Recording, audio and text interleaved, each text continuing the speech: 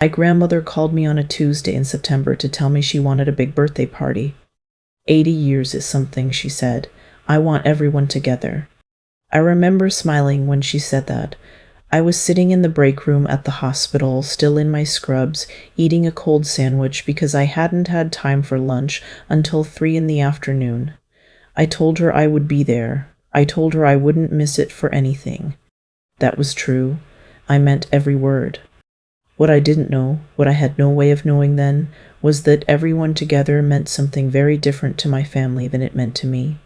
My name is Adrienne. I'm 31 years old, and I'm an ER nurse at a regional hospital in Columbus, Ohio. I've been working there for 6 years, and I am good at my job.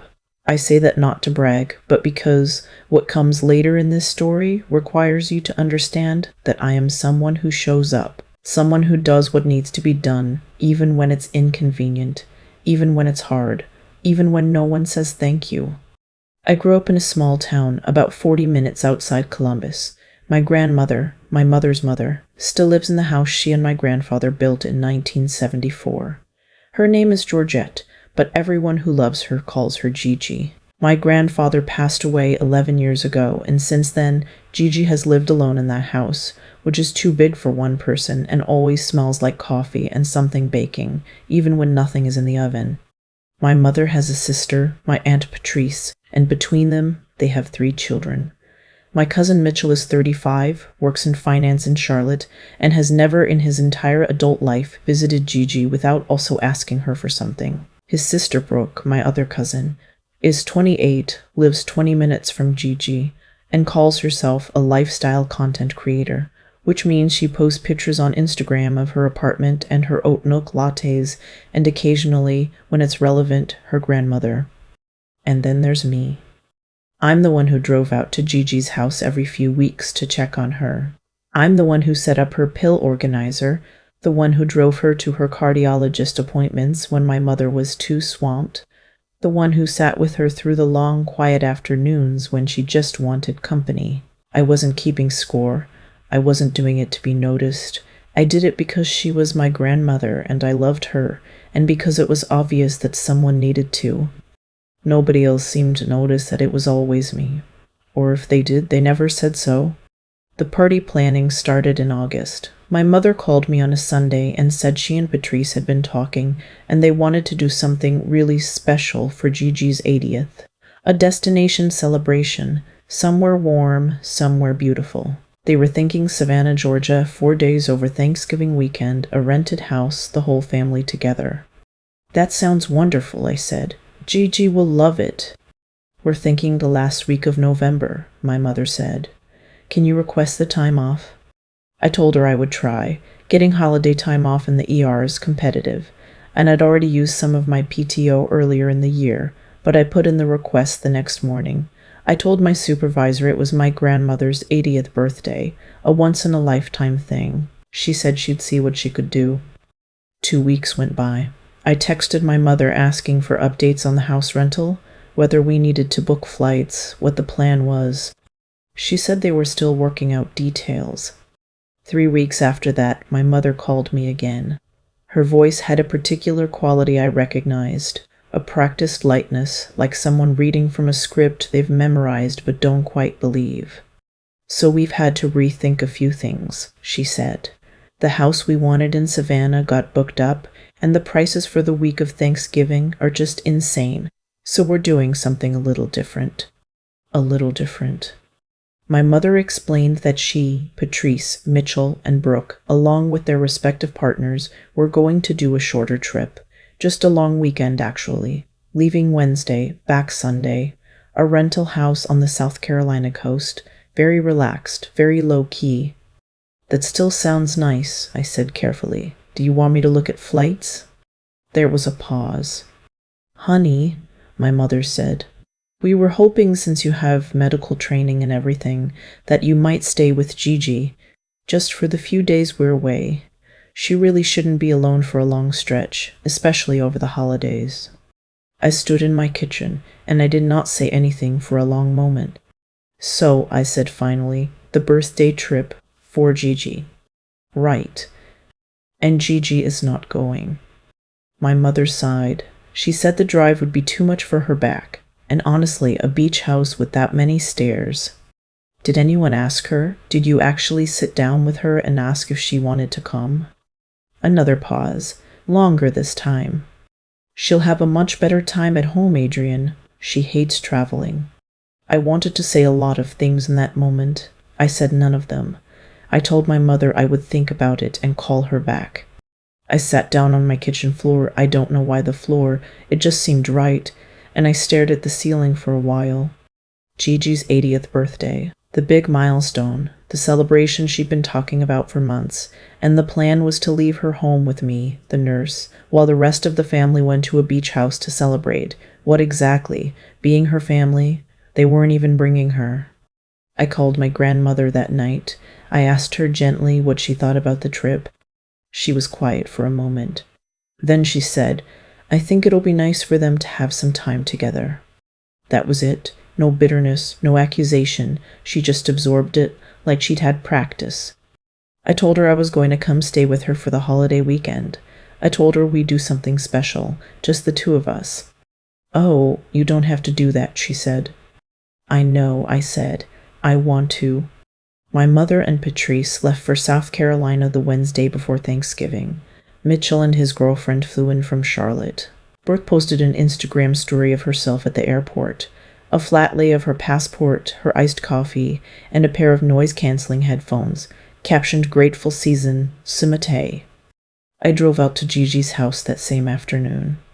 She was standing on the porch when I pulled into the driveway, wearing her blue cardigan and holding a dish towel like she'd been in the middle of something. She smiled when she saw me, and it was the kind of smile that made my chest tight. Not sad exactly, just full of something I couldn't name. "I made chicken soup," she said. "I figured you hadn't eaten." I hadn't eaten.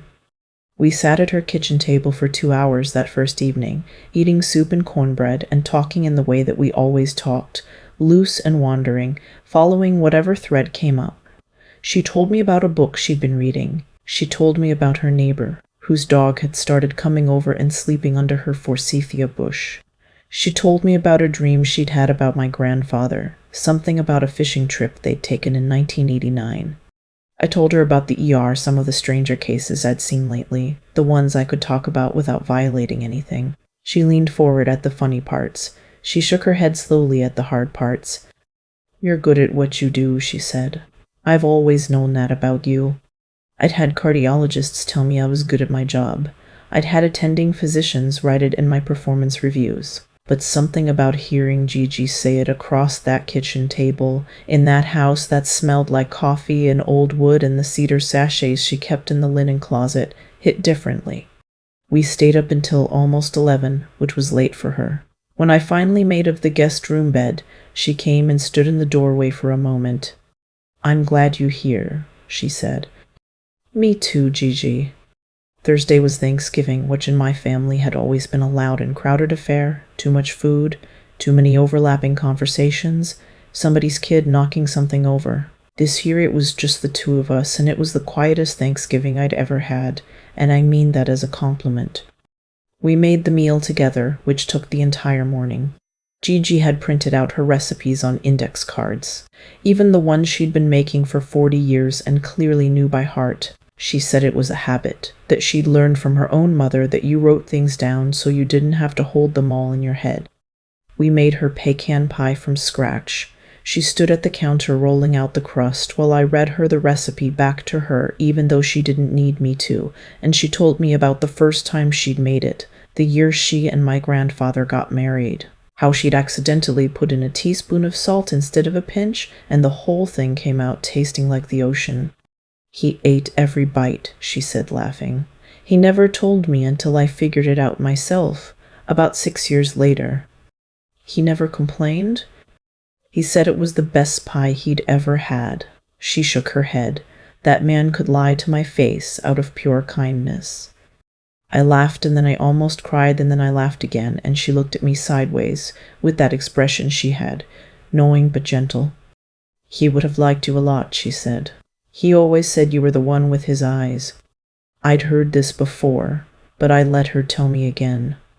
That evening, after dinner, we moved to the living room. Gigi had this ritual. After a holiday meal, she always looked through photo albums. Not specific ones, just whatever she pulled from the shelf. It was never planned, just a slow, unhurried kind of remembering. She pulled out an album I hadn't seen before. The cover was a faded green fabric, the kind that was popular in the 70s. Inside were photographs from before my mother was born. Gigi and my grandfather as young people, barely older than I was now. A honeymoon trip to Niagara Falls, a Christmas morning with furniture I didn't recognize, a backyard barbecue with people I would never meet. "Who's this?" I asked, pointing to a woman with a bright smile and cat-eye glasses. "Marion Hofstede, best friend I ever had." Gigi touched the photograph with one finger. She died in 1991. Breast cancer. A pause. You never think you'll lose people when you're that age. You think there's all the time in the world. We sat with that for a moment. Then Gigi set the album down on her lap and looked at the window, where the November dark had settled in completely. "I've been doing some thinking," she said, "about the house, about everything." I waited. Something in her tone told me not to fill the silence. "Your grandfather and I built this place with our own hands. Well, with a contractor, but we were here every weekend, making decisions. This was supposed to last, supposed to stay in the family." She paused. "I've been watching, Adrienne. I'm old, but I'm not blind." "Gigi." "I know what I see," she said simply. "I know who shows up." She closed the album gently. "I have a lawyer. His name is Harold Fitch. He's been handling my affairs for 12 years. I'm going in to see him next month." She said it the same way she'd said everything else that evening, quietly, without drama, like it was simply a thing that needed to be done. I didn't ask what she was planning. It didn't feel like my place to ask. I just sat with her in the living room while the old farmhouse settled and creaked around us, and we finished the last of the pecan pie directly from the dish, because neither of us felt like getting plates. I went back to Columbus on Sunday afternoon. My mother and the others returned from the coast that evening. My mother texted me, "Hope Gigi was okay. We had the most amazing time. The house was gorgeous." I looked at the text for a long time. Then I put my phone face down on the counter and didn't respond until the next morning. The months that followed were ordinary ones. I kept driving out to Gigi's. I kept sitting with her on the back porch while she talked about the garden, about her book club, about the neighbor's dog who had by now been formally adopted under the name Chester. She seemed, if anything, lighter than before, more settled. In February, she mentioned almost in passing that she'd had her meeting with Harold Fitch. "Everything's sorted," she said, and then she changed the subject to a recipe she'd seen in a magazine, and I didn't push. That spring, Gigi fell. It wasn't dramatic. She stepped off a porch step wrong and twisted her ankle badly enough to need a few stitches and a walking boot. My mother called me to tell me, and I drove straight out from the hospital before my shift had officially ended. My mother and Patrice were already there when I arrived. Brooke had sent flowers. Mitchell had sent a Venmo payment toward whatever my mother was spending on food. I moved in for 2 weeks. I slept on the fold-out couch in Gigi's study, woke up early to make breakfast before work, came back every afternoon to check on her. It wasn't convenient. I rearranged shifts. I burned through PTO. I drove 40 minutes each way more times than I counted. My mother was there for 3 of those 14 days. I don't say this to be harsh. I know she had things going on, but I noticed. I noticed in the specific way that you notice things when you're tired and no one is acknowledging what you're doing. Not to feel owed, just because it's hard to be invisible when you're exhausted. When Gigi got back on her feet, she held my face in both her hands before I drove home. "I don't forget," she said. "I want you to know that." "You don't have to." "I know I don't have to." She was firm in that soft way she had. "I'm telling you because it's true." In November, almost exactly a year after that Thanksgiving, Gigi had a stroke. It was minor, as strokes go. She was found by her neighbor who had come over to retrieve Chester after he'd wandered again. She was in the kitchen, conscious but confused, and the neighbor called 911. She was at Ohio State Medical for 6 days. I was there the first night before anyone else in the family even knew. I stood at the nursing station in a department I didn't work in, and I did what I always did. I showed up. She came home. She recovered, but she was slower afterward and more tired, and there was a tremor in her left hand that hadn't been there before. My mother and Patrice began talking about next steps. There were conversations about assisted living facilities, about whether the house was practical, about what the responsible thing was going forward. Gigi listened to all of these conversations with the same expression she used for the weather, patient and non-committal. She did not move into any facility. She stayed in her house, and I kept coming out on weekends, and Chester kept sleeping under the forsythia bush. Gigi died on a Wednesday in March, 14 months after the stroke. She died at home in her own bed, with Chester asleep at the foot of it. She had not been in pain. She had been, by every measure, herself until the end, sharp and dry and full of opinions about what was on the news. I found out by phone on my lunch break. I sat in my car in the hospital parking lot for a while. I didn't cry right away. I just sat there with the sound of the highway in the distance and felt the weight of it settle over me. She was 81. She had lived a full life. None of that made it easier. The funeral was held at her church, the one she'd attended for over 30 years. The church was full.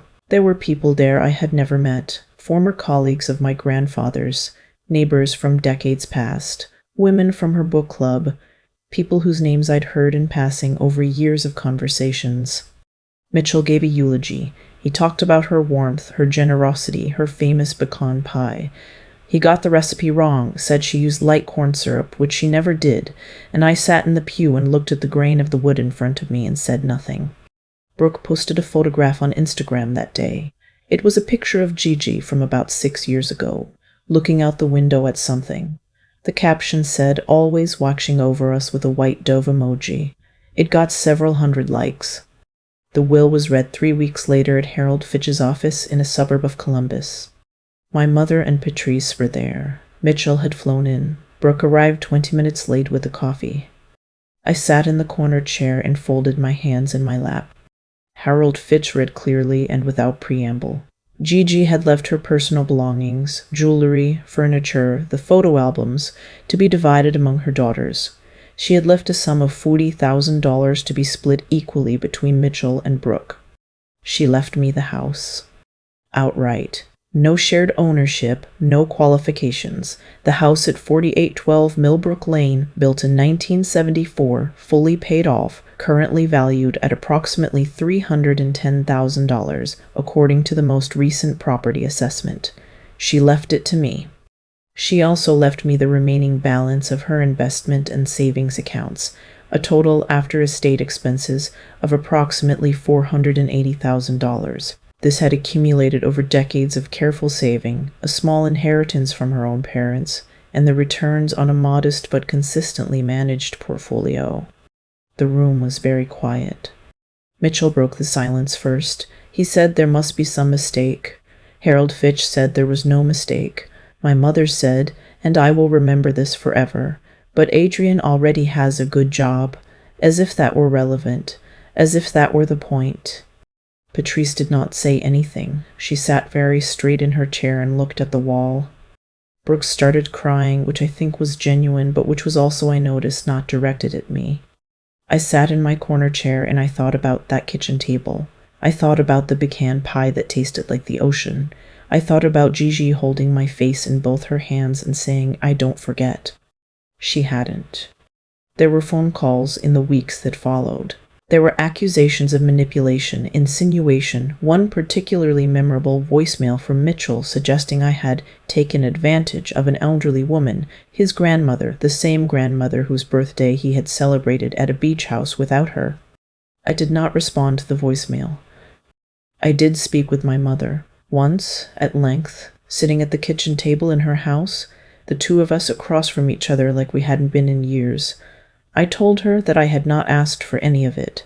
I told her that Gigi had made her own decision, that she had been of sound mind, that Harold Fitch had documented everything carefully. I told her that I had been driving out to that house for years, The appointments, the falls, the holidays, not because I expected anything, but because it was the right thing to do. My mother looked at me for a long time without saying anything. Then she said, "I know." Just that, "I know." And the way she said it, not angry, not defensive, just tired and honest, told me that on some level, she had always known. We didn't hug when I left, but she walked me to the door, which was something. I still work in the ER. I still eat cold sandwiches at 3 in the afternoon more days than not. But some weekends now I drive out to Millbrook Lane, and I let myself in with the key that I've had for 4 years, and I sit in the kitchen in that house that smells like coffee and cedar and something I can't quite identify, but have always thought of simply as Gigi. Chester lives with me now. The neighbor was happy to let him go. She'd only been keeping him temporarily and had been looking for a good home. He sleeps on the foot of my bed, same as he always did with Gigi, and when I can't sleep I listen to him breathe and think about all the people who have lived and loved in that house, and how it still stands. I've been going through the photo albums slowly, one at a time, the way Gigi used to. I found the green one from the 70s, the honeymoon pictures, the Thanksgiving with the furniture I didn't recognize. On the inside back cover, in Gigi's handwriting, small and even, and slightly slanted to the right, she had written this single sentence: "The ones who show up are the ones who matter." No date, no address, just that. I closed the album and I held it in my lap for a while, and outside the forsythia bush was starting to bloom again, yellow and unbothered, the way it always did in April, the way it had every spring for 50 years before either of us was here to see it. I think about that sentence Gigi wrote on the inside cover of the photo album sometimes, not because it was dramatic or profound in the way quotes usually are, but because it was so plain. The ones who show up are the ones who matter. She didn't write it for me. She probably wrote it for herself, decades ago, as a reminder of something she'd already figured out, but it found me anyway, the way true things tend to. Here's what I've come to understand about how this whole thing unfolded. Nothing that happened was random. The outcome wasn't luck or favoritism or some twist of fate. It was the natural result of a long series of choices. Choices made by everyone in that family, including me, over years and years. Mitchell chose not to visit unless he needed something. Brooke chose the Instagram post over the phone call. My mother chose, more times than I can count, to assume someone else would handle it. And I chose, every single time, to drive the 40 minutes and sit at that kitchen table. Gigi saw all of it. That's what I keep coming back to. She was 80 years old, and she had been watching people her entire life, and she was not confused about what she'd seen. What she did with her estate wasn't revenge. I want to be clear about that, because I've heard Mitchell use that word and it's wrong. It was honesty. It was precision. She looked at the evidence of people's lives and she responded accordingly. That's not cruelty. That's clarity. What I learned from her, and from this whole painful, complicated year, is that the person you are in the ordinary moments is the person you actually are. Not the person you are at the funeral, not the person you are when the will is being read, not the person you are when there's something to gain. The person you are on a random Wednesday when it's inconvenient and nobody's watching and there's nothing in it for you, that's the real one. Gigi understood this. She'd understood it long before I did. I used to feel guilty sometimes, like maybe I should have pushed harder, said something more direct, made the rest of them understand what they were missing. I don't feel that way anymore. I can't make someone have integrity. I can't reason a person into showing up for the people they love. Either it's in you or it isn't. And if it isn't, no amount of talking will put it there. What I could control was myself, my own choices, my own presence, my own willingness to stay when staying was hard. That willingness, I've realized, is itself a kind of intelligence. Not the kind that gets you grades or promotions, but the kind that lets you see what actually matters and act on it without needing an audience. Gigi had it. I hope I'm developing it. It's the difference between knowing the right thing and doing it again and again, even when the people around you aren't. Chester is asleep on the couch behind me as I write this. The forsythia bloomed again this spring. The house still smells like coffee and cedar and something I don't have a word for. I think I'm going to be okay.